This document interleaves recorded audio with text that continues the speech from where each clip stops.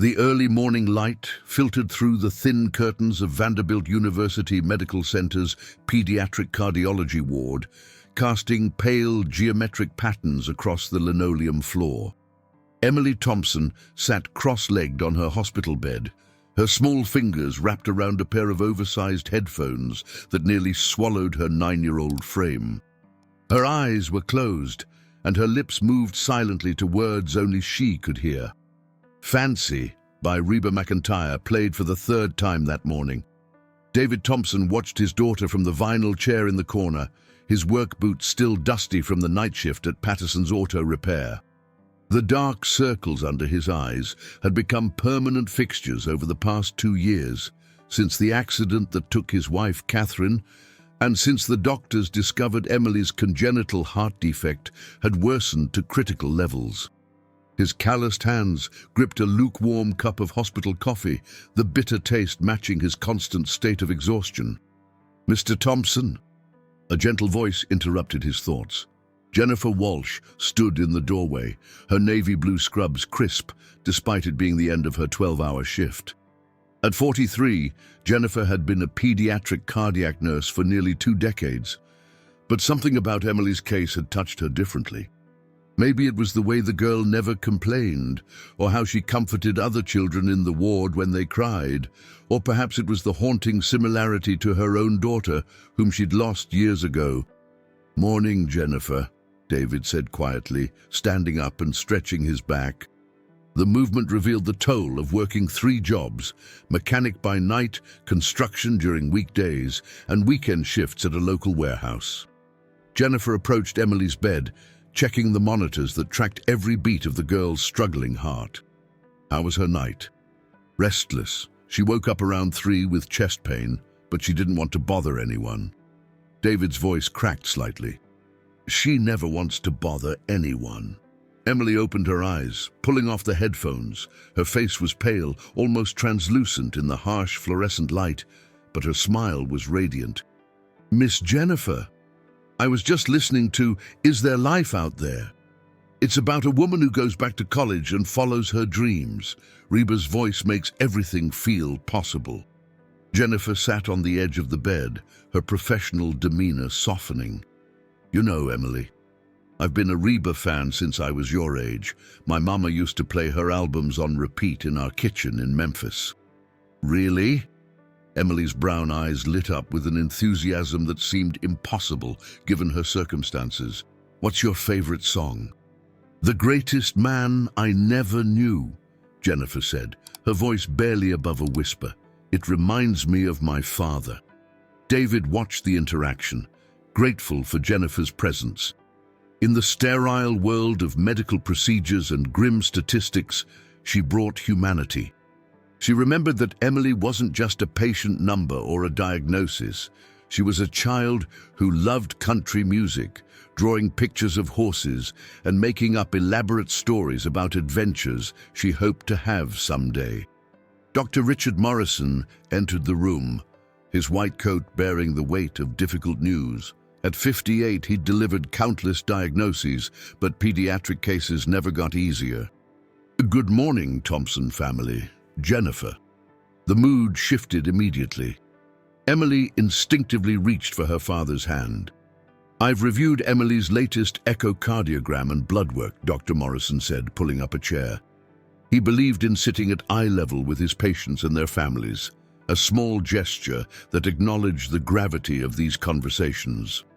"Her ejection fraction has dropped to 23%. That's concerning." David's jaw tightened. "What does that mean for the transplant list?" "She remains at status 1A, the highest priority, but I won't sugarcoat this, David. We're in a race against time. Her heart is working at less than a quarter of its capacity. We've maximized medications, but she needs a new heart soon." Emily squeezed her father's hand. At 9 years old, she understood more than most adults wished she did.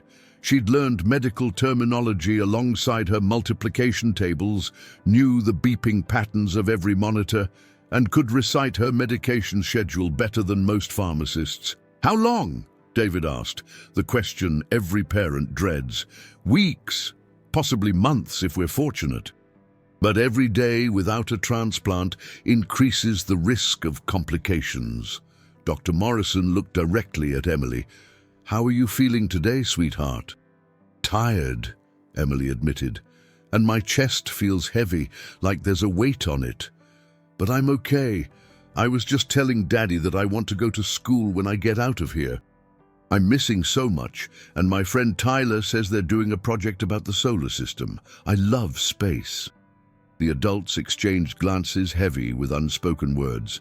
They all knew that school, space projects, and normal childhood experiences existed in an uncertain future. After Dr. Morrison left, David walked to the window overlooking downtown Nashville. The city sprawled beneath them, the iconic skyline dominated by the AT&T building. Locals still called it the Batman building for its distinctive architecture. Broadway Street, just a few miles away, pulsed with the heartbeat of country music. Honky-tonks lined the strip, their neon signs promising escape through song. "Daddy?" Emily's voice pulled him back. "When I get my new heart, can we go to a Reba concert? I know tickets are expensive, but maybe we could just stand outside the venue and listen?" David turned, fighting back tears. His daughter was dying, and she was worried about the cost of concert tickets. "Baby girl, when you get your new heart, I'll find a way to get you the best seats in the house. I promise." Jennifer, who had been quietly checking Emily's IV, paused. An idea began forming in her mind, something audacious and probably impossible, but worth trying. She'd seen too many children in this ward give up hope. Emily Thompson wasn't going to be one of them. The afternoon brought a shift change in the ward. Jennifer stopped by the nurses' station, where her colleague Patricia Hernandez was reviewing patient charts. "Trish, do you remember that story last year about the little boy in Texas who got to meet his favorite baseball player?" Jennifer asked. Patricia looked up, her reading glasses perched on her nose. "Yeah, some social media campaign went viral. Why?" "Emily Thompson, room 412. She's obsessed with Reba McEntire. I mean, obsessed. She listens to her music constantly, knows every lyric, every album. That child is facing a heart transplant with more grace than most adults face a bad day, and all she wants is to hear Reba sing." "Jennifer," Patricia's tone carried a warning. "You know how these things work. We can't just make celebrity visits happen. There are protocols, privacy issues, liability concerns. I know, but what if we didn't go through official channels? What if we just shared her story, let people see who Emily is?" Jennifer pulled out her phone, scrolling through her social media. "I have a personal account, not many followers, but it's a start." Patricia considered this. She'd worked with Jennifer for 8 years and knew that when her friend got an idea, there was no stopping her. "What does David think?" "I haven't asked him yet. But Trish, you've seen that man. He's working himself to death trying to pay for treatments. Insurance covers some, but the co-pays, the medications, the specialized care, it's crushing him. He'll never be able to afford concert tickets, travel, any of it. But maybe, just maybe, if enough people hear Emily's story..." "You're talking about going viral in a city where every kid with a guitar thinks they're going to be the next country star," Patricia pointed out. "Nashville's seen it all. Emily's not trying to be a star. She's just trying to survive long enough to live a little." Jennifer's voice carried the weight of every child she'd watched suffer. "I have to try." That evening, after her shift ended, Jennifer sat in her modest apartment in East Nashville. The neighborhood had transformed over the past decade from working-class area to trendy hotspot, but she'd lived here long enough to remember when rent was affordable. Her one-bedroom place was filled with photographs, mostly of patients she'd cared for over the years. Some had survived. Too many hadn't. She opened her laptop and began typing, "Meet Emily Thompson, a 9-year-old girl with the biggest heart in the smallest body. Emily's been a patient in our cardiac unit for months, waiting for a heart transplant that will save her life. She lost her mum 2 years ago, and through all the pain, The procedures, the uncertainty, she never complains. Instead, she fills our ward with the music of Reba McEntire. Emily knows every song, every lyric. She tells me that Reba's voice makes her feel strong, like she can survive anything. Next month, Reba McEntire is performing a benefit concert right here in Nashville. It would mean the world to Emily to just see her idol perform, to have one night where she's not a patient, but just a little girl at a concert. If anyone knows how to make this happen, or if this reaches someone who can help, please share. Let's give Emily something to hold on to. Emily's dream. Reba for Emily. Nashville. Heart Warrior. Jennifer attached a photo she'd taken earlier, Emily with her headphones on, eyes closed, lost in music. The child's hospital gown and the medical equipment in the background told the story more powerfully than words ever could. She hovered over the post button for a long moment. This could go nowhere, or it could change everything. Taking a deep breath, Jennifer clicked. David Thompson pulled his truck into the parking lot of his apartment complex in Antioch, a working-class neighborhood south of downtown Nashville. The building had seen better days. The paint was peeling, and the parking lot needed repaving. But it was home. Most importantly, it was affordable, allowing him to funnel every spare dollar toward Emily's medical expenses. The apartment was dark and empty, just as he'd left it 14 hours ago. Catherine's presence still lingered in small ways. The curtains she'd sewn, the family photos on the walls, the kitchen she'd loved cooking in. He'd kept everything exactly as it was, unable to bring himself to change anything. David microwaved leftover pizza and sat at the kitchen table surrounded by bills. Medical statements created mountains of paper, each one a reminder of the impossible math he performed daily. Even with insurance, the out-of-pocket maximums had reset this year, meaning they were starting from zero again. The transplant surgery alone would cost hundreds of thousands of dollars. The anti-rejection medications Emily would need for the rest of her life ran into thousands monthly. His phone buzzed. A text from his boss at the construction site. "Need you tomorrow, 6 a.m. "Big job," David replied, confirming, even though he'd been awake for nearly 20 hours. Sleep was a luxury he couldn't afford. Another buzz, this time from his sister Linda, who lived in Oregon. "How's Emily? Wish I could be there. Sent what I could to help with bills." He appreciated Linda's support, but she had her own family, her own struggles. Everyone was doing their best. But best wasn't enough when your child needed a miracle wrapped in surgical procedures. David opened his laptop, navigating to the Transplant Foundation website. He checked obsessively. The statistics were grim. Over 4,000 people waiting for heart transplants in the United States. Children comprised a small percentage, but the wait times could be just as long. Every day without a match was a day closer to the edge. He pulled up his photos, finding videos of Emily from before the diagnosis. There she was at age 7, dancing in their living room to Reba's Fancy, using a hairbrush as a microphone. Catherine was laughing in the background, encouraging their daughter's performance. Emily's energy had been boundless then, her future unlimited. The contrast to the pale, fragile girl in the hospital bed was unbearable. David closed the laptop and walked to Emily's bedroom, the one she hadn't slept in for 3 months. Her walls were covered with hand-drawn pictures of country singers, horses, and elaborate fantasy landscapes.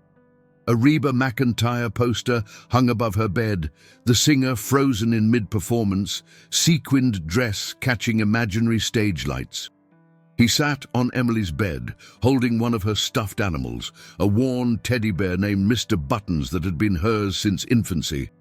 The bear smelled like the lavender detergent Catherine always used. "I don't know how to do this without you, Kath," David whispered into the empty room. "She's so brave, so much braver than me. But I'm terrified. What if we don't find a donor in time? What if all this fighting is for nothing?" The silence offered no answers. Only the distant sound of traffic on I-24 and the hum of the ancient air conditioning unit struggling against the Tennessee summer heat. Jennifer Walsh woke up to her phone exploding with notifications. At first, disoriented by the 6 a.m. light streaming through her bedroom window, she thought something was wrong, an emergency at the hospital perhaps. Then she remembered the post about Emily. Rubbing sleep from her eyes, Jennifer opened her social media app. Her jaw dropped. The post had been shared 847 times. It had over 12,000 likes and hundreds of comments. As she watched, the numbers continued climbing in real time. This breaks my heart, sharing in hopes it reaches Reba's team. I'm in Nashville. How can I help? Does the family need anything? My daughter is also waiting for a transplant. These families are heroes, praying for Emily. Someone tag Reba McEntire. This little girl needs her miracle. Jennifer's hands trembled as she scrolled through the responses. Local Nashville news personalities had shared it. Country music fan accounts with thousands of followers had picked it up. The hashtag, Emily's Dream, was starting to trend regionally. She immediately called Patricia. "Tell me you're seeing this," Jennifer said breathlessly. "I'm seeing it. Jen, your post is everywhere. I've got friends in Memphis texting me about it. This is actually happening." Patricia's voice mixed excitement with caution. "Have you told David yet?" "Oh God, no, I posted it late last night. I need to get to the hospital and talk to him before he hears about it from someone else." Jennifer was already pulling on her clothes, her nurse's scrubs from yesterday still in a heap by the bathroom. What if he's mad? What if he thinks I violated Emily's privacy? Then you deal with it. But Jennifer, you might have just given that little girl the chance of a lifetime. Get to the hospital. I'll cover your patience until you get there. 25 minutes later, Jennifer rushed through the familiar corridors of Vanderbilt Medical Center. The pediatric cardiology ward was on the 7th floor, and she took the stairs 2 at a time, too anxious to wait for elevators. David was in Emily's room, helping her eat breakfast. Emily picked at her oatmeal, her appetite diminished by medications and nausea. The morning light made her look even more fragile than usual. "Jennifer!" Emily brightened immediately. "You're here early. I need to talk to your dad for a minute, sweetie. How about you watch some cartoons?" Jennifer helped Emily get settled with the room's television before gesturing for David to step into the hallway. "What's wrong?" David asked immediately, reading the tension in Jennifer's expression. "Did something happen with the transplant list? Is there news?" "No, nothing like that. David, I need to tell you something, and I hope you'll understand why I did it." Jennifer took a deep breath and explained the social media post, pulling up her phone to show him the explosion of responses. David stared at the screen, his expression unreadable. He scrolled through comments, seeing his daughter's face and story shared by thousands of strangers. Jennifer held her breath, preparing for anger, for accusations of overstepping boundaries. Instead, David's eyes filled with tears. "They care," he whispered. "All these people, they care about her. David, I should have asked you first, and I'm sorry for that. But I watched you yesterday, killing yourself trying to be enough for Emily, and I just thought, maybe we don't have to do this alone. Maybe Nashville still has a heart big enough to care about one little girl." David pulled Jennifer into a sudden, tight hug. "Thank you," he said, his voice muffled against her shoulder. "Thank you for seeing her, for caring, for trying. Catherine would have loved you." They stood in the hallway for a moment, two people bound by their love for a dying child, while the hospital continued its endless rhythm around them. By midday, the local news had picked up Emily's story. Channel 4. Nashville sent a reporter to the hospital, and after getting permission from David and clearance from the hospital's administration, they filmed a brief segment with Emily in her room. The reporter, Amanda Chen, was a veteran journalist known for her human interest stories. She sat beside Emily's bed with the gentle demeanor of someone who understood she was in the presence of something precious. "Emily, I hear you're a big Reba McEntire fan," Amanda said, her camera operator filming from a respectful distance. Emily nodded enthusiastically. She's the best. My mum used to play her music all the time. After the accident, listening to Reba makes me feel close to her again. It's like Mum's still here, singing along. What's your favorite Reba song? Emily considered this seriously. That's really hard, but probably If I Had Only Known. It's sad, but it's also beautiful. It's about telling people you love them while you can, because you never know when it might be too late. My mom used to tell me she loved me every single day. I'm so glad she did. Amanda had to compose herself before continuing. I understand Reba is performing here in Nashville soon. Would you like to go? More than anything. But it's okay if I can't. Daddy works so hard already, and hospitals are expensive. I just like to imagine being there, you know? I close my eyes and pretend I'm in the audience, and Reba's singing just for me. The segment aired during the evening news, and Emily's story went from viral to explosive. The hashtag Emily's Dream was now trending nationally. Country music stars began sharing the story, local businesses offered donations, and most importantly, the story reached someone at Starstruck Entertainment, Reba McEntire's management company. Robert "Bobby" Hayes had been Reba McEntire's touring producer for 15 years. At 52, he'd seen every conceivable backstage drama and last-minute crisis. But sitting in his office at Starstruck Entertainment on Music Row, watching Emily Thompson's story on his computer, he felt something he rarely experienced: the absolute conviction that he had to make something happen. Bobby picked up his phone and dialed a number he'd called thousands of times. "Bobby!" Reba's voice came through, warm and familiar. She was at her ranch in Oklahoma, taking a brief break before the Nashville benefit concert next month. "Reba, I need you to watch something." Bobby sent her the link to Emily's story. "Take your time, call me back." 15 minutes later, his phone rang. "Bobby, we're bringing that baby to the show!" Reba's voice was thick with emotion. "And not just bringing her. I want to meet her, really meet her. Can we arrange a visit before the concert? I want to know her story, hear it from her." "I was hoping you'd say that. I'll contact the family and the hospital. Reba, this little girl, she reminds me of why we do this. Music isn't just entertainment. Sometimes it's medicine. Sometimes it's survival," Reba agreed quietly. "Set it up, Bobby, and let's make sure her daddy doesn't have to worry about any costs, tickets, travel, anything they need. I mean it. Consider it done." Bobby spent the rest of the afternoon making arrangements. He contacted Jennifer Walsh, who nearly dropped her phone when she realized who was calling. He spoke with hospital administration about coordinating a pre-concert visit. He arranged for a full VIP experience. Not just tickets, but backstage access, meet and greet, the works. When Jennifer told David, the man who had held himself together through his wife's death, his daughter's diagnosis, and months of uncertainty, finally broke down crying in the hospital cafeteria. "This is really happening?" David kept asking. "Reba McEntire wants to meet Emily?" "Not just meet her, David. She wants Emily to be part of the concert experience. She's taking care of everything." Jennifer handed him tissues, letting him process the impossible news. "I need to tell Emily, but how do I explain that something this good is happening when so much has been so hard? You tell her that sometimes, when we need hope the most, people show up. And you let her be excited."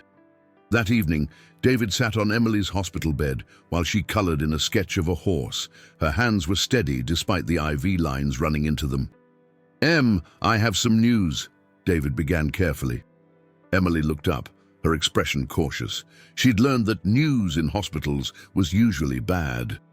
"Reba McEntire heard about you," David said, watching his daughter's face. "She knows how much you love her music, and she wants to meet you." Emily's crayon froze mid-stroke. "What?" "There's a benefit concert in 4 weeks. Reba's team contacted the hospital today. They're arranging for you to go to the concert, meet her beforehand, and watch the show from special seats where you'll be comfortable. Everything's taken care of." Emily stared at her father as if he'd just announced gravity had reversed. "Daddy, are you serious? You're not joking." "I'm not joking, baby girl. It's real." The crayon fell from Emily's hand. Tears streamed down her face, not tears of sadness, but of overwhelming joy. "I'm going to meet Reba McEntire. Really, truly. Really, truly." Emily launched herself into her father's arms, her small body shaking with sobs. David held her, feeling the rapid, irregular beating of her failing heart against his chest. In that moment, surrounded by medical equipment and the sterile smell of hospital antiseptic, they had hope. They had something to look forward to. They had a reason to fight a little harder. Across Nashville, in living rooms and break rooms and cars stuck in traffic, people followed Emily's story. The local news ran updates. Social media erupted with excitement. The city that built itself on the dreams of struggling musicians had found a different kind of story to rally behind. A 9-year-old girl whose only dream was to meet her hero. Jennifer Walsh sat in her apartment that night, watching the story spread like wildfire across the internet. Her phone hadn't stopped ringing. Interview requests, donation offers, messages from people sharing their own stories of illness and hope. She pulled up a photo of her own daughter, taken 20 years ago. Emma had been 7 when leukemia took her. Jennifer had become a pediatric nurse because of Emma, had dedicated her life to helping children like her daughter, like Emily. "We did it, baby girl," Jennifer whispered to the photograph. "We gave her hope, just like I wish someone could have given us." The 4 weeks between the announcement and the concert felt simultaneously endless and far too short. Emily's medical condition remained precarious. She was still status 1A on the transplant list, meaning any moment could bring the call that would change everything. But now, instead of merely waiting to survive, she was waiting to live. Dr. Morrison monitored Emily's condition with increasing concern. Her heart function continued deteriorating, and he made the difficult decision to keep her hospitalized full-time rather than allowing periodic home visits. "I know this isn't what you want to hear," Dr. Morrison told David during a morning consultation. "But Emily's ejection fraction dropped again yesterday. We're at 20% now. Her heart is barely pumping enough blood to sustain her organs. The medications are helping, but we're reaching their limits." David, who hadn't slept more than 4 hours in days, nodded numbly. "What about the concert? She's been living for this, doctor. If we take it away..." "I'm not suggesting we cancel. I'm telling you we need to be realistic about what Emily can handle. She'll need supplemental oxygen, wheelchair assistance, and we should have a mobile medical team on standby. I'm also recommending that if her condition worsens significantly in the next week, we discuss putting her on a mechanical support device." "You mean an artificial heart?" The words tasted like defeat. "A ventricular assist device, a VAD. It would take over some of the work her heart can't do anymore. It's invasive, requires surgery, and would mean Emily is tethered to equipment. But it could buy us more time while we wait for a donor." David looked through the window into Emily's room. She was video chatting with her friend Tyler from school, laughing at something on the screen. Despite the oxygen cannula in her nose and the monitors tracking her every heartbeat, she looked happy. "Let's get her through this concert," David said finally. "She needs something good, something to hold on to. After that, we'll do whatever you think is necessary." Dr. Morrison placed a hand on David's shoulder. "You're a good father. Emily's lucky to have you." "I'm the lucky one," David replied. "Every day I get with her is a gift." Meanwhile, across town on Music Row, Bobby Hayes was coordinating the most important concert details of his career. Reba's benefit show at the Bridgestone Arena was already sold out. 20,000 tickets gone within hours, with proceeds going to pediatric cardiac research. But Bobby was focused on an audience of one. He worked with the medical team to create a special accommodation in the arena, a private box with medical equipment, comfortable seating for Emily to recline if needed, and easy access to emergency exits if required. He coordinated with the Nashville Fire Department to have EMTs on standby. He arranged for a specialized medical transport van to bring Emily from the hospital. But most importantly, Bobby was planning the pre-concert meeting between Emily and Reba. "I want it to be intimate, not overwhelming," Reba told him during one of their planning calls. "This isn't a photo opportunity or publicity stunt. I genuinely want to know this child. From what I've seen, she's incredibly special." "She is," Bobby confirmed. "Jennifer, the nurse, sends me updates. Emily's been preparing questions to ask you. She has a whole notebook filled with things she wants to know about your music, your career, everything." Reba's laugh was warm. "That's precious. Tell her to bring that notebook. We'll have real conversation, not just small talk." 2 weeks before the concert, Reba herself came to Nashville early, specifically to visit Emily in the hospital. The visit was kept quiet, no media, no cameras, just a country music legend and a dying child. Jennifer coordinated the visit with military precision. Reba arrived at Vanderbilt Medical Center through a private entrance, wearing jeans, a simple blouse, and minimal makeup. Bobby accompanied her, along with one security guard who stayed in the hallway. Emily didn't know Reba was coming.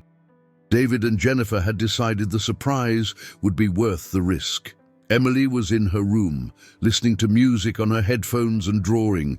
Her latest project was an elaborate picture of a stage with a single spotlight. She'd spent 3 days getting the details right. Jennifer poked her head in. "Emily, honey, you have a visitor." "Is it Tyler?" "He said he might come by after—" Emily's voice stopped mid-sentence as Reba McEntire walked through the door. The moment seemed to exist outside of time. Emily stared, her mouth open, her brown eyes huge in her pale face. The oxygen monitor beeped steadily, tracking her suddenly racing heart. "Hi, Emily," Reba said softly, approaching the bed with the care of someone who understood fragility. "I've been hearing a lot about you." Emily's hands flew to her face, covering her mouth. Tears immediately began streaming down her cheeks. Reba sat on the edge of the bed, taking one of Emily's small hands in hers. "Oh, sweetheart, don't cry." "Well, okay, you can cry. I'm crying too." And she was. Reba's eyes glistened with tears as she looked at this tiny, brave girl who'd been fighting so hard for so long. You're real," Emily managed to whisper. "You're really here." "I'm really here, and I've been wanting to meet you. Jennifer tells me you know every one of my songs." Emily nodded, unable to form words. David stood in the corner, recording the moment on his phone with shaking hands. This was a memory they needed preserved, whatever the future held. "What's your favorite?" Reba asked. Emily took a shuddering breath, trying to compose herself. "If I had only known." "It makes me think of my mom. She died 2 years ago in a car accident. Before then, we used to sing your songs together in the car. She had a terrible voice. Sorry, Mom, but she didn't care. She'd sing so loud and get the words wrong, and we'd laugh so hard." Reba squeezed Emily's hand gently. "Your mom sounds like she was wonderful. And I bet she had a beautiful voice, even if she couldn't carry a tune. The best singers are the ones who sing with their whole heart, not perfect pitch." "Would you—" Emily hesitated, then gained courage from somewhere deep inside. "Would you sing it, just a little bit? I know that's probably weird to ask, but it's not weird at all." Reba didn't hesitate, right there in the hospital room, with no accompaniment, no stage, no audience except a 9-year-old girl and her father. Reba McEntire began to sing.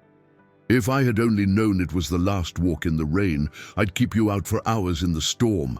I would hold your hand like a lifeline to my heart. Underneath the thunder we'd be warm." Her voice filled the small room, transforming it into something sacred.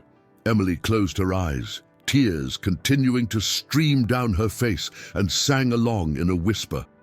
Their voices, one legendary, one small and struggling, wove together in imperfect harmony. When the song ended, Reba wiped her own tears. "You have a beautiful voice, Emily Thompson, a really beautiful voice." For the next hour they talked. Reba asked about Emily's life, her interests, her dreams. Emily showed Reba her drawings, including the stage picture she'd been working on. She asked questions from her notebook. "What's your favorite song to perform? Do you get nervous before shows? What was it like growing up wanting to be a singer?"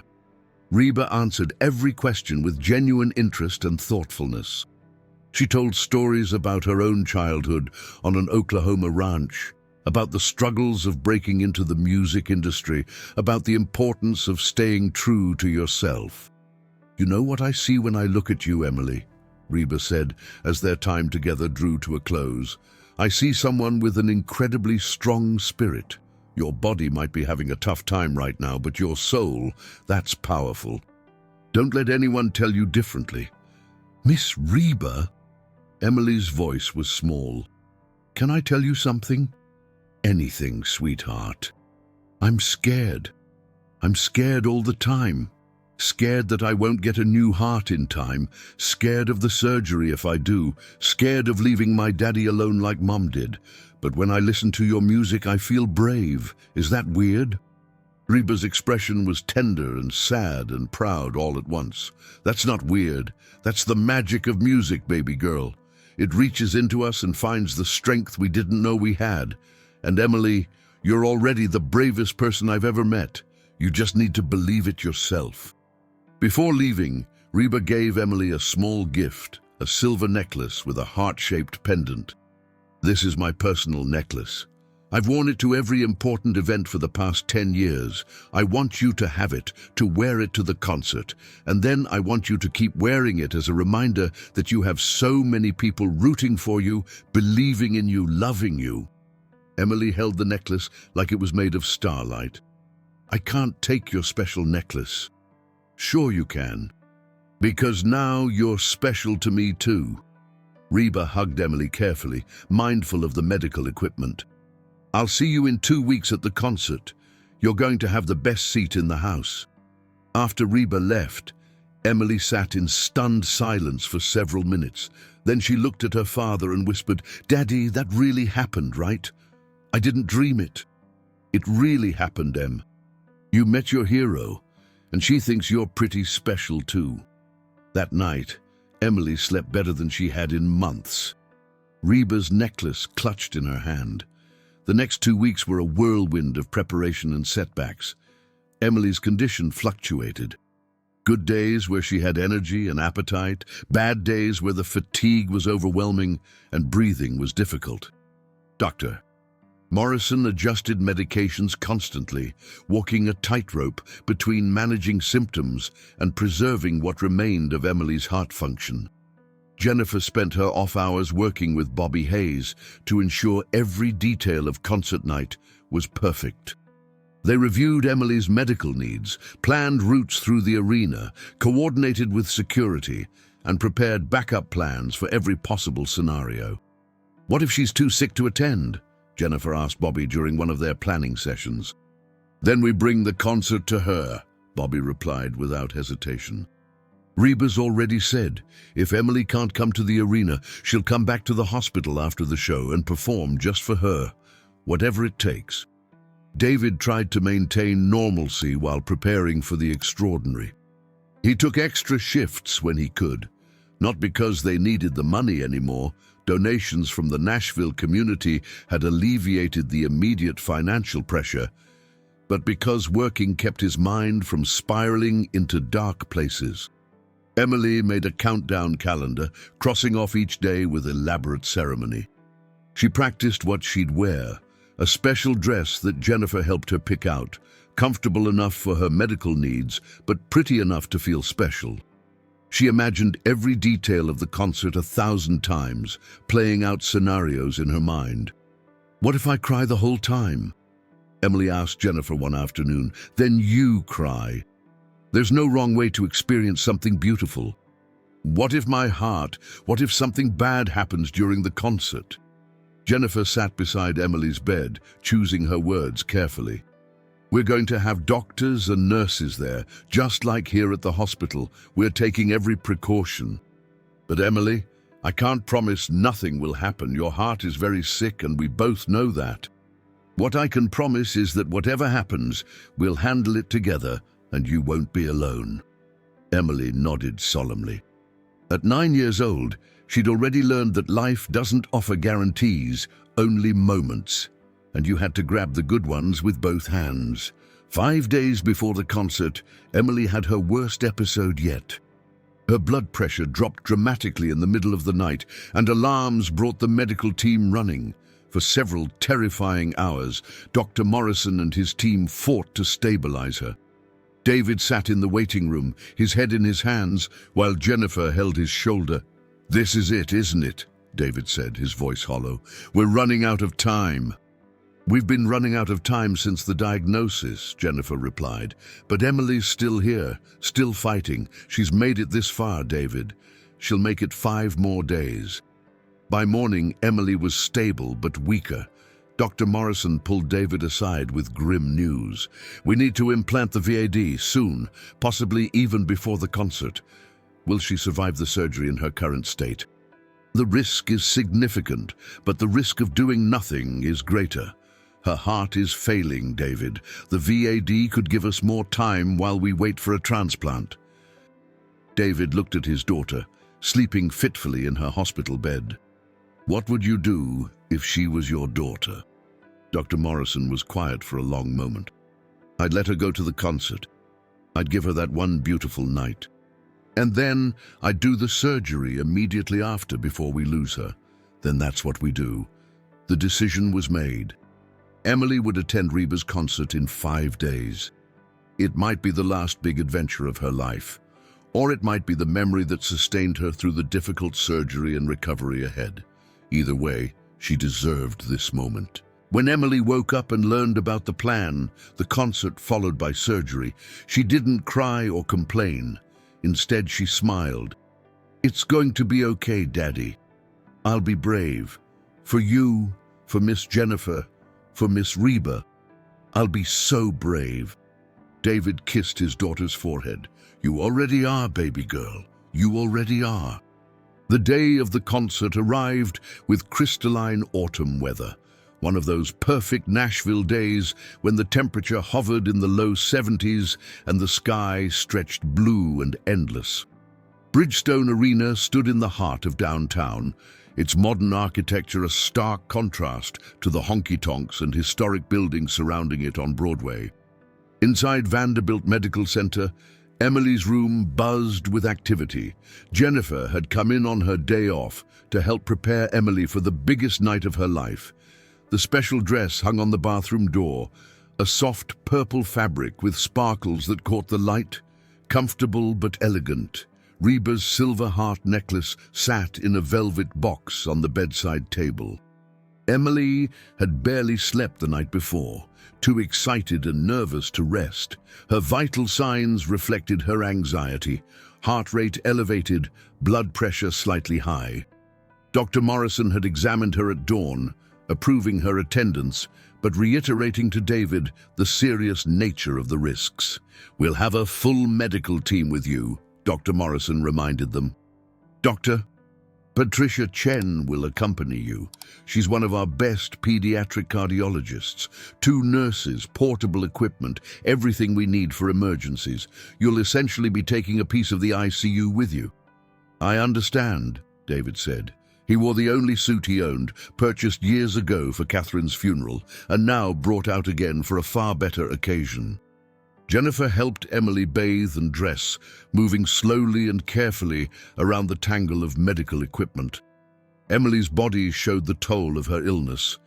Her collarbones protruded sharply, her skin pale and thin, her limbs fragile as bird bones, but her eyes shone with anticipation.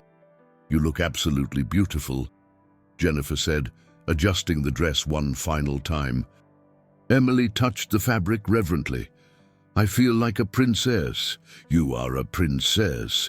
Princess Emily of Nashville. Jennifer fastened Reba's necklace around Emily's neck. The silver heart rested against her own struggling one, a talisman of hope. The specialized medical transport van arrived at 5 p.m. The concert didn't start until 7:30, but they needed extra time for Emily's transportation and setup. The vehicle was essentially a mobile hospital room equipped with monitors, oxygen, emergency medications, and a comfortable stretcher bed where Emily would ride. Dr. Chen, a petite woman in her 40s with gentle hands and a calm demeanor, did a final check of Emily's vitals before they departed. "How are you feeling, Emily?" she asked. "Tired, but excited. My chest feels heavy, but it always does." Emily had become matter-of-fact about her symptoms, a small child forced to develop adult pragmatism about her body's failures. "We'll monitor you closely. If at any point you feel worse, more pain, dizziness, trouble breathing, you tell me immediately." "Promise?" "Promise." The van pulled away from the hospital as the sun began its descent toward the horizon. Nashville's skyline glowed in the golden hour light. David rode beside Emily, holding her hand, while Jennifer and Dr. Chen managed the medical equipment. Traffic on Broadway was intense, tourists and music fans converging on the arena for the sold-out benefit concert. But the medical van had special clearance, accessing private routes that delivered them directly to the arena's backstage entrance. Bobby Hayes met them personally, his usually high-energy demeanor tempered with reverence. "Emily Thompson, it is an honor to meet you officially. Welcome to your concert." Emily, strapped to the stretcher for transport, beamed at him. "Thank you for making this happen, Mr. Hayes." "Call me Bobby. Everyone does. We've got you set up in the best spot in the arena. You'll see everything perfectly.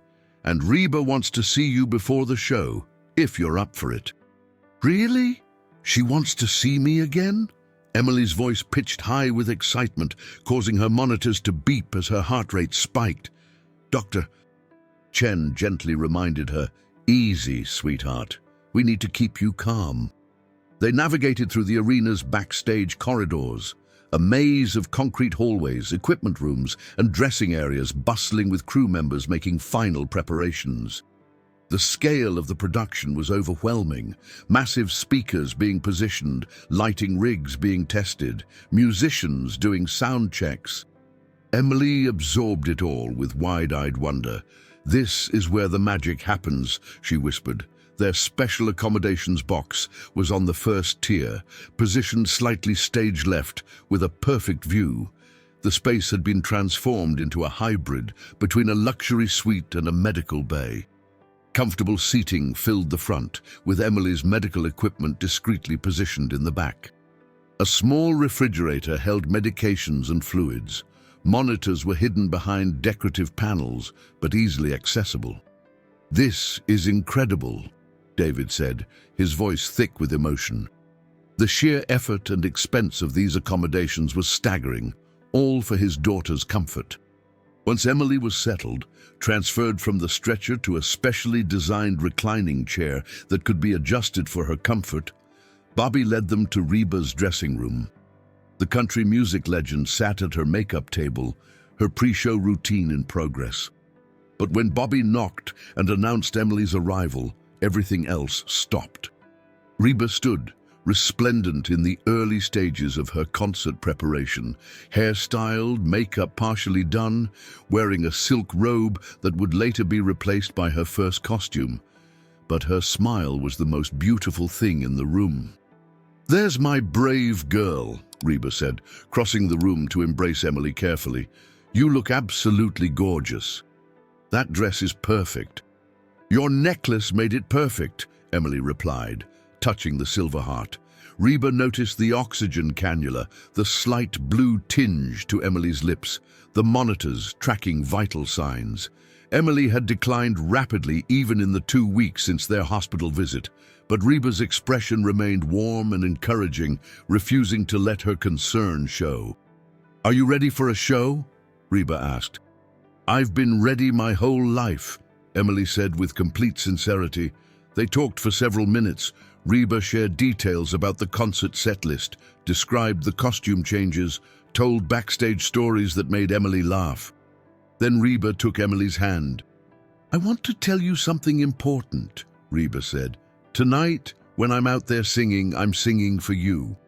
Every song, every note, it's all for you, Emily. You've reminded me why I do this, why music matters. It's not about awards or record sales. It's about reaching people, giving them hope, helping them feel less alone. You've given me that gift, so tonight I'm giving it back." Emily's eyes filled with tears. "Miss Reba, I don't know what to say." "You don't have to say anything. Just enjoy tonight. Let yourself feel the music, feel the love from everyone in that arena. You deserve this, Emily. You deserve so much more than this, but it's what I can give you." The stage manager knocked on the door. 30 minutes, Reba." Time was moving too quickly and too slowly simultaneously. Emily needed to get back to her suite to rest before the show. Reba needed to finish preparations. They embraced one more time. The legendary performer and the dying child, both crying now, both holding on to this moment as tightly as they could. "I'll see you out there," Reba promised. "Watch for me. I'll be watching for you too." The Bridgestone Arena filled rapidly as 7:30 approached. 20,000 people found their seats, their collective energy creating a palpable buzz. Most came for the music and the benefit cause, but many came because they'd followed Emily's story. Emily's dream had captured Nashville's heart, and the city showed up in force. In her suite, Emily sat in her specialized chair, positioned at the perfect angle to see the stage, while allowing her to recline if needed. Dr. Chen and one nurse monitored her continuously, but they stayed in the background, letting Emily have as normal an experience as possible. David sat beside his daughter, his arm around her thin shoulders. Jennifer had secured a seat nearby, unable to miss this moment she'd helped create. The lights dimmed, 20,000 people roared. Emily's heart monitor showed her pulse quickening, excitement and anxiety mingling. The opening act was a talented local band, their set designed to warm up the crowd. Emily enjoyed them, clapping along despite her fatigue. But everyone was waiting for Reba. When the lights went dark between sets, the anticipation became almost unbearable. Then the opening notes of Fancy blasted through the arena, Reba's breakthrough hit, the song that launched her superstardom. Reba McEntire emerged onto the stage in a dazzling red dress covered in rhinestones and sequins, her presence commanding immediate adoration. The crowd leaped to their feet, their cheers deafening. Emily tried to stand too, but her body wouldn't cooperate. David helped her, supporting her weight while she stood on trembling legs for just a moment before sitting back down, breathless but beaming. Reba launched into the song with the energy and passion that had defined her 4-decade career. She moved across the stage with practiced precision, her voice as powerful and emotive as ever. During the song's instrumental break, Reba scanned the crowd. Her eyes found Emily's suite, and she smiled, a small private smile meant for one 9-year-old girl. Then she pointed directly at Emily and mouthed, "This is for you." Emily burst into tears, overwhelmed by the moment. David held her close while she cried and laughed simultaneously, experiencing emotions too big for her small, struggling body. Song after song, Reba performed her catalogue of hits. "Is There Life Out There?" "The Greatest Man I Never Knew," "Does He Love You?" "Consider Me Gone," each one a masterpiece of storytelling and vocal prowess. The production was spectacular, costume changes, lighting effects, video screens. But at its heart was simply Reba's voice and the songs that had defined country music for generations. Emily sang along to every word, her small voice lost in the arena's vastness, but whole and present in her own experience. When she got tired, she leaned against her father. When pain flared in her chest, Dr. Chen adjusted her oxygen flow and administered medication. But Emily refused to leave, refused to miss a single moment. During the concert's midpoint, Reba paused for a rare speaking moment. The crowd settled, anticipating a story or announcement. "I want to talk about why we're here tonight," Reba said, her voice carrying through the excellent sound system.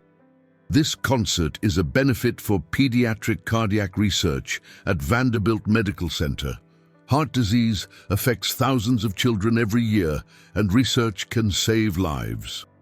Your ticket purchases tonight will fund that research, and I thank you for being part of this important cause." The crowd applauded, but Reba wasn't finished. "There's someone special here tonight who inspired this whole event. Her name is Emily Thompson, and she's 9 years old. Emily's been fighting a battle most of us can't imagine, waiting for a heart transplant, spending months in the hospital, losing her mama a couple years back. But through all of it, she's kept her spirit, her hope, her love of music. Emily, sweetheart, can you stand up for me?" The spotlight swung to Emily's suite. Every eye in the arena turned toward her. Emily looked at her father, panic and excitement warring on her face. David helped her stand, supporting her weight. The crowd saw a tiny girl in a purple dress, oxygen tubes visible, clearly ill but smiling the brightest smile imaginable. 20,000 people rose to their feet in spontaneous standing ovation. The roar was thunderous, overwhelming, a wave of love and support from strangers who'd become invested in this little girl's story. Emily waved with her free hand, tears streaming down her face. The applause continued for what felt like forever, washing over her in tangible warmth. Reba wiped her own eyes. "Emily, I want you to know something. You are the bravest person in this arena tonight. You've taught me about courage, about hope, about what really matters in life. This next song is dedicated to you." The opening notes of "If I Had Only Known" began, the song Emily had requested in the hospital, the song about her mother. Reba's voice carried every ounce of emotion the lyrics demanded, transforming the arena into sacred space. Emily collapsed back into her chair, sobbing. David held her while she cried through the entire song, releasing grief and joy and gratitude and fear all at once. Dr. Chen monitored her vitals closely, ready to intervene if necessary. But Emily's heart, as damaged as it was, kept beating. The concert continued for another hour. Reba performed with everything she had, pouring decades of experience and artistry into a show that would be remembered as one of her finest. The finale brought all the lights up, confetti falling from the ceiling, the crowd on their feet singing along to "I'm a Survivor." The irony of that song choice wasn't lost on anyone, least of all Emily, who sang every word with fierce determination. When the final notes faded and Reba took her bow, she once again found Emily in the crowd and blew her a kiss. Emily caught it, pressing her hand to her heart, both the failing one in her chest and the silver one around her neck. Backstage after the show, Emily was fading fast. The excitement and exertion had drained her limited reserves. "Doctor," Chen increased her oxygen flow and prepared medications, concerned by the irregular rhythm on the heart monitor. "We should get her back to the hospital," Dr. Chen said quietly to David. But Bobby Hayes appeared with a message. "Reba wants to see Emily one more time. Just 5 minutes." David looked at his daughter. Despite her obvious exhaustion, Emily's eyes pleaded. 5 minutes, Dr. Chen agreed reluctantly. They brought Emily to Reba's dressing room in a wheelchair, her medical equipment trailing behind. Reba had changed out of her final costume into comfortable clothes, her makeup removed, looking tired but radiant. "There's my girl," Reba said, kneeling beside the wheelchair to be at Emily's eye level. "What did you think?" "It was perfect," Emily whispered, her voice weak but happy. "It was the most perfect night of my whole life. Thank you, Miss Reba. Thank you for everything." "You're so welcome, sweetheart. And Emily, I want you to remember something. Tonight wasn't goodbye. When you get your new heart, when you're healthy and strong again, you're coming to another concert. You're coming to lots of concerts. This is just the beginning of your story, not the end. Emily nodded, wanting desperately to believe it. I'm having surgery tomorrow. They're putting in a machine to help my heart work until they find a donor. Reba took Emily's hands gently. Then you fight with everything you have. You hear me? You fight and you heal and you come back. I'll be waiting. I'll try my hardest. I know you will. You're the strongest person I know. They embraced carefully, one last time. Reba kissed Emily's forehead, her own tears falling freely now that the cameras were gone and only truth remained. As they wheeled Emily toward the exit, she looked back one final time at Reba McEntire, her hero, her inspiration, now her friend, and smiled. The ride back to Vanderbilt Medical Center was quiet. Emily dozed, exhausted beyond measure but content. David sat beside her, holding her hand, watching Nashville's lights blur past the van windows. You gave her something incredible tonight, Dr. Chen said softly. Something money can't buy and medicine can't provide. You gave her joy. We all did, David replied, thinking of Jennifer, Bobby, Reba, and the thousands of strangers who'd rallied around his daughter. We reminded her that the world has beauty in it, even when things are hard. Emily stirred, her eyes opening slightly. Daddy, I'm here, Em. Tonight was magic, real magic. Her voice was barely audible. I'm ready for surgery now. I'm ready to fight for more nights like this. David kissed her hand. That's my brave girl. The pre-dawn hours at Vanderbilt Medical Center held a particular quality of silence, not true quiet, as hospitals never sleep, but a hushed anticipation before the day's chaos begins. Emily had been prepped for surgery since 4 a.m., the VAD implantation scheduled for 7 a.m. Dr. Morrison led the surgical team, joined by Dr. Richard Brennan, one of the nation's foremost experts in pediatric mechanical circulatory support. The surgery would take 6 to 8 hours, complex, invasive, and risky, but necessary to keep Emily alive while waiting for a transplant. In the pre-surgical area, Emily lay on a gurney wearing a hospital gown, her purple concert dress carefully folded and placed with her belongings. Reba's necklace remained around her neck.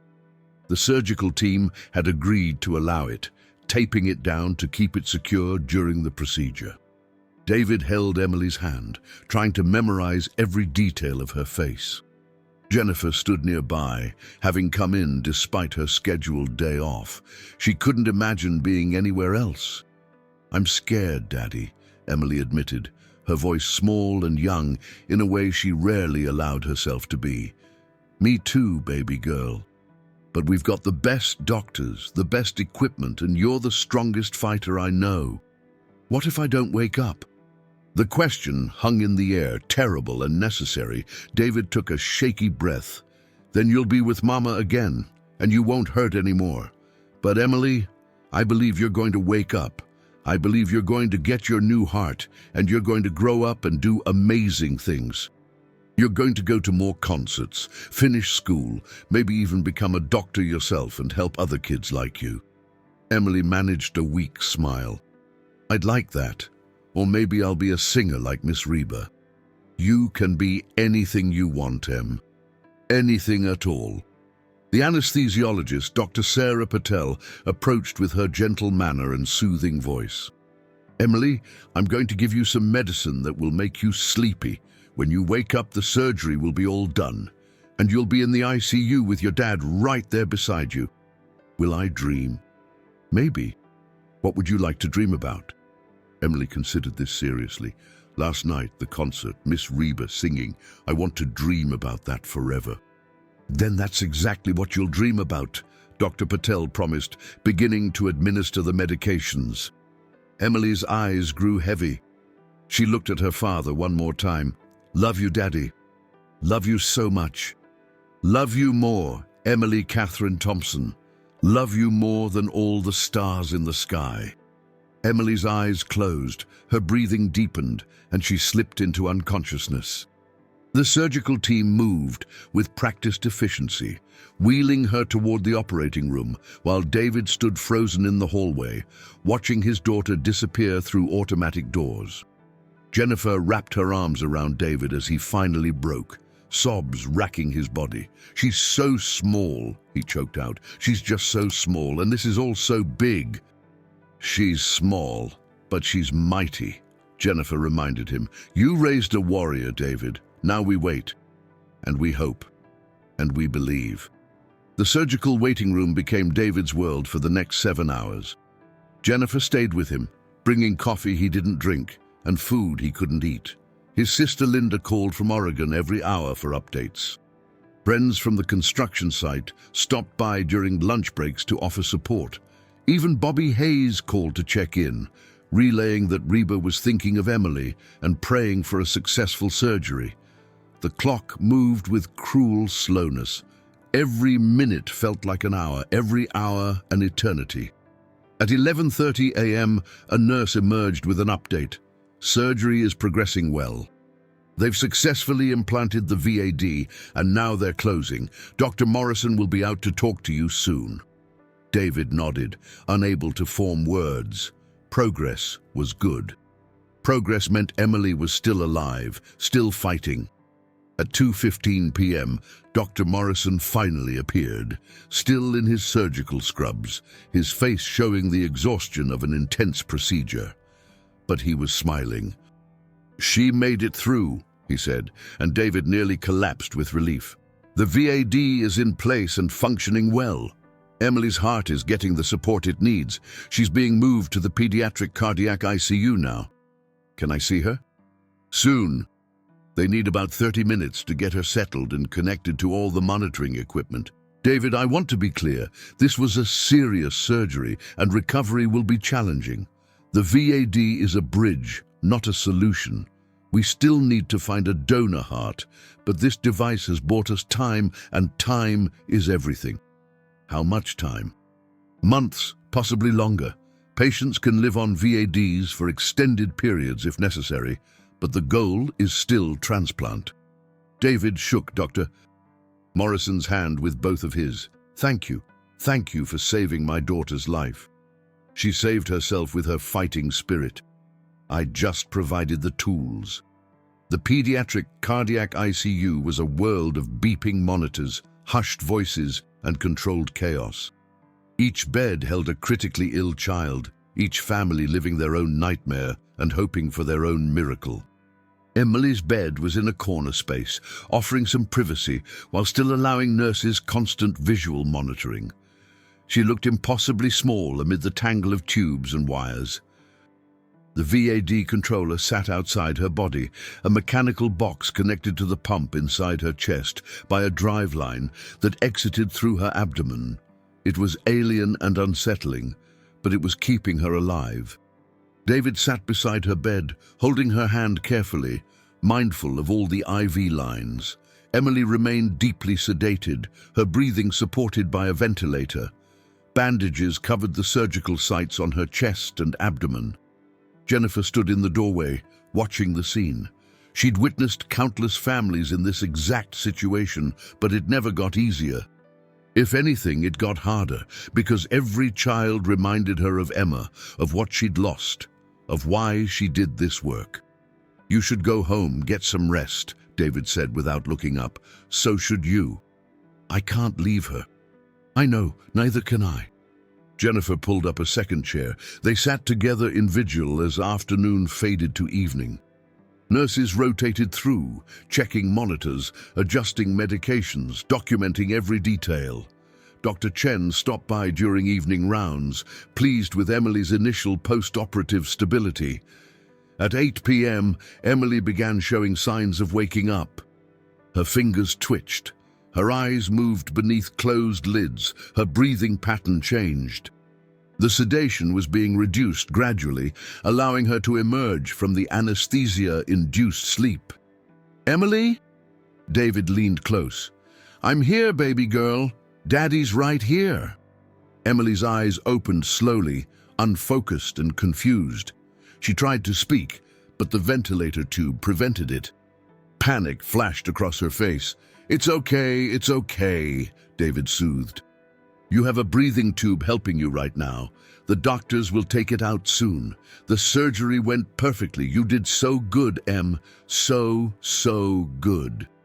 A nurse named Marcus, a different Marcus than the name restriction, adjusted Emily's position slightly, easing her discomfort. Emily's eyes found her father's, and tears slipped down her cheeks.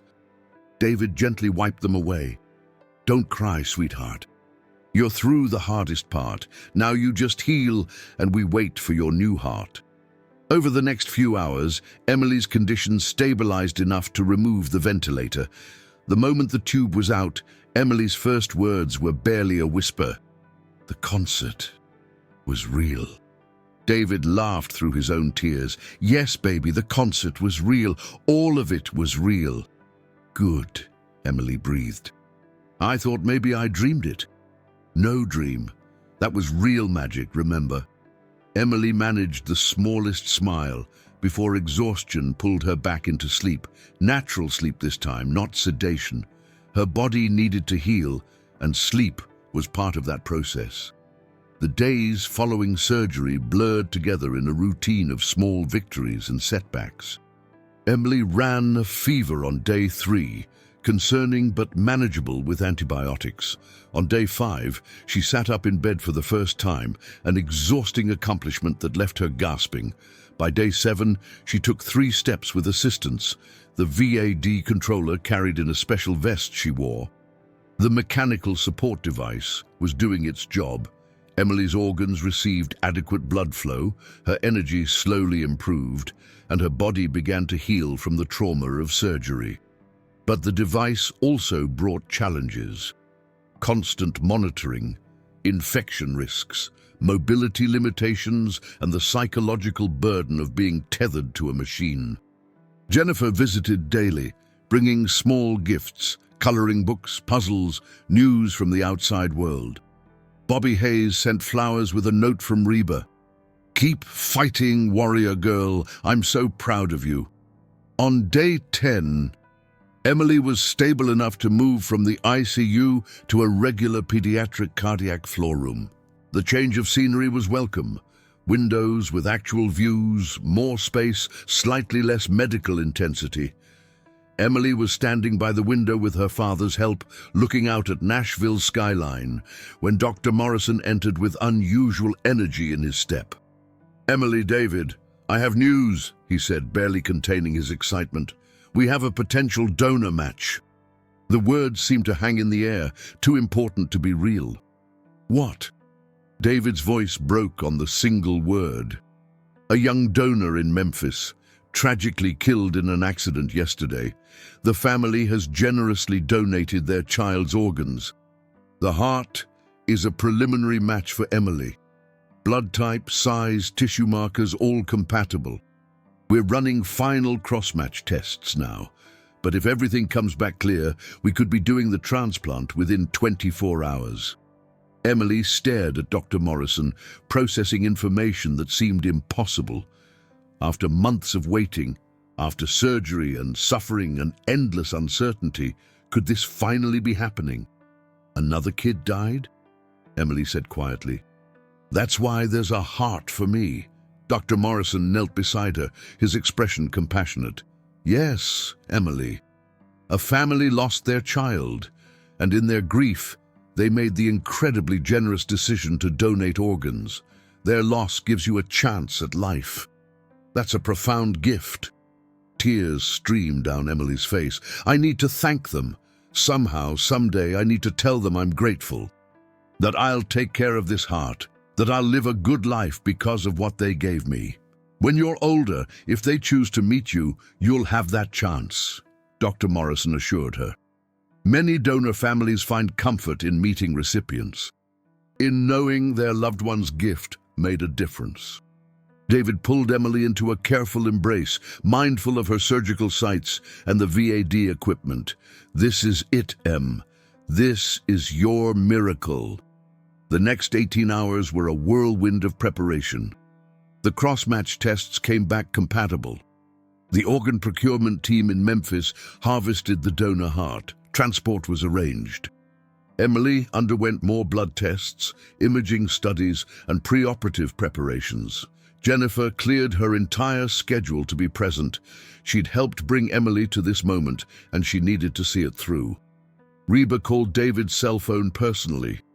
"I heard the news through Bobby," she said. "I'm praying for Emily, for the donor family, for everyone involved in this miracle. Tell Emily she's got to get strong now, because I'm planning another concert and I expect her in the front row." "I'll tell her," David promised. "Reba, thank you for everything you've done. You gave my daughter hope when we had almost none left." "She gave me just as much, David, maybe more. You tell her to fight with everything she's got. This is her chance." At 3 a.m., they wheeled Emily toward the operating room for the second time in 2 weeks. This surgery would be longer, more complex, more dangerous, but it offered the possibility of true healing, not just mechanical support. Emily was calmer than David expected. She'd had time to process, to come to terms with the magnitude of what was happening. "Daddy, if something goes wrong..." "Don't," David interrupted. "No, listen, if something goes wrong, I want you to know I had the best life. I had Mama, and I have you, and I got to meet Reba McEntire. I got to go to a concert. I got to feel loved by thousands of people. That's more than some people get in 80 years. David's composure shattered. "You're 9 years old. You're supposed to get 80 more years, not be grateful for 9. I know, and I'm going to fight for those 80 years. But just in case, I wanted to say, thank you for being the best daddy in the whole world." The anesthesia took her before David could respond, which was probably for the best, because he was crying too hard to speak. Dr. Morrison's surgical team worked for 11 hours. They removed Emily's damaged heart, the organ that had struggled so valiantly for 9 years but could struggle no more. They implanted the donor heart, connecting vessels and chambers with microscopic precision. They removed the VAD that had sustained her. They restarted the new heart, watching it begin to beat with strong, steady rhythm. In the waiting room, David, Jennifer, and a small gathering of supporters marked time. Linda had flown in from Oregon and sat beside her brother. Patricia from the nursing staff came by during her break. Even Bobby Hayes appeared for a few hours, representing Reba, who was on tour but texting updates throughout the day. When Dr. Morrison finally emerged at 3 p.m., his exhausted smile told the story before his words did. The transplant was successful. Emily's new heart is beating beautifully. She's stable and being moved to the ICU now. The waiting room erupted in tears and embraces. David sat down hard, his legs unable to support him as relief and joy and exhaustion overwhelmed him simultaneously. "She's going to make it," he whispered. "She's really going to make it." Emily's recovery from transplant surgery was longer and more difficult than the VAD implantation. The anti-rejection medications made her nauseous and weak. Her body struggled to accept its new heart. Infections threatened, pain was constant, but every day the new heart beat strong and steady. Every day, Emily's color improved slightly. Her energy increased incrementally. Her smile returned bit by bit. 3 weeks post-transplant, Emily walked the entire length of the hospital corridor without stopping. It was a monumental achievement that left her gasping and exhausted but triumphant. "I did it," she told her father. "I actually did it." "You did, baby girl. You're doing it." 4 weeks post-transplant, Emily was discharged from the hospital. She still needed frequent checkups, careful medication management, and countless restrictions, but she was going home. The apartment in Antioch had never looked so beautiful. Emily walked through the door on her own feet, carrying a backpack full of medications and medical supplies, wearing comfortable clothes instead of a hospital gown. She immediately went to her bedroom, lying down on her own bed for the first time in 5 months. "Daddy, I'm home," she said, her voice filled with wonder. "I'm really home."